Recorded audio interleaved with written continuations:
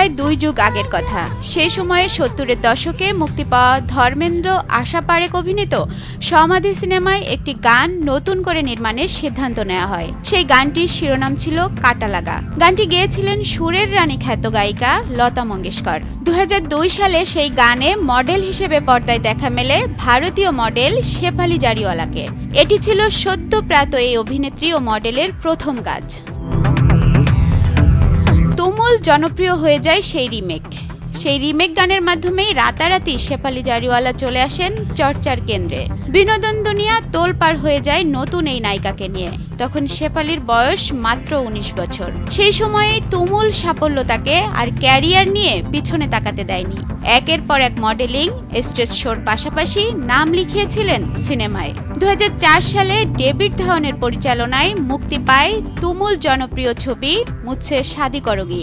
এই সিনেমায় সালমান খান, অক্ষয় কুমার এবং প্রিয়াঙ্কা চোপড়ার মতো খ্যাতনামা অভিনেতাদের সঙ্গে ক্যামিও চরিত্রে অভিনয় করে আবারও আলোচনায় আসেন শেফালি।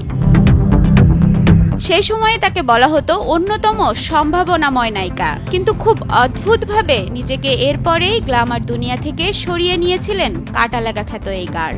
পরবর্তীকালে তিনি একটি সাক্ষাৎকারে জানিয়েছিলেন কেন তিনি কাটা লাগার পরে আর কাজ করেননি। তিনি জানান আসলে তার একটি কঠিন অসুখ ছিল। 15 বছর বয়স থেকেই মৃগী রোগে আক্রান্ত হয়েছিলেন তিনি। সে কারণেই তাকে খুব বেছে বেছে কাজ করতে হতো। তবে এই রোগ থেকে পুরোপুরি সুস্থ হয়ে গিয়েছিলেন শেফালি। শুরু করেছিলেন স্বাভাবিক জীবন, কিন্তু বড় অল্প সময়েই থামল তার সেই জীবন সফর। গত 27 জুন রাতে মাত্র 42 বছর বয়সে কার্ডিয়াক অ্যারেস্টে মারা গেলেন শেফালি। তার মৃত্যুর কারণ সঠিকভাবে জানা না গেলেও ভারতীয় সংবাদ মাধ্যম বলছে মৃগী রোগই তার মৃত্যুর কারণ হতে পারে বলে ধারণা করা হচ্ছে। মৃগী সাধারণত প্রাণঘাতী রোগ নয়, কিন্তু সঠিক চিকিৎসা না হলে বা ঝুঁকিপূর্ণ পরিস্থিতিতে খিঁচুনি হলে এটি প্রাণঘাতী হয়ে উঠতে পারে।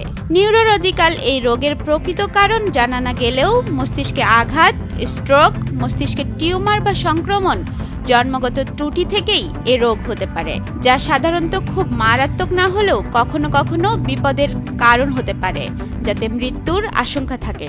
সম্প্রতি কাটা লাগা গার্ল নামে পরিচিত অভিনেত্রী ও মডেল শেফালি জারিওয়ালার মৃত্যুতে অনেকেই ভাবছেন মৃগী রোগের কারণেই হয়তো অকালে প্রাণ হারিয়েছেন তিনি।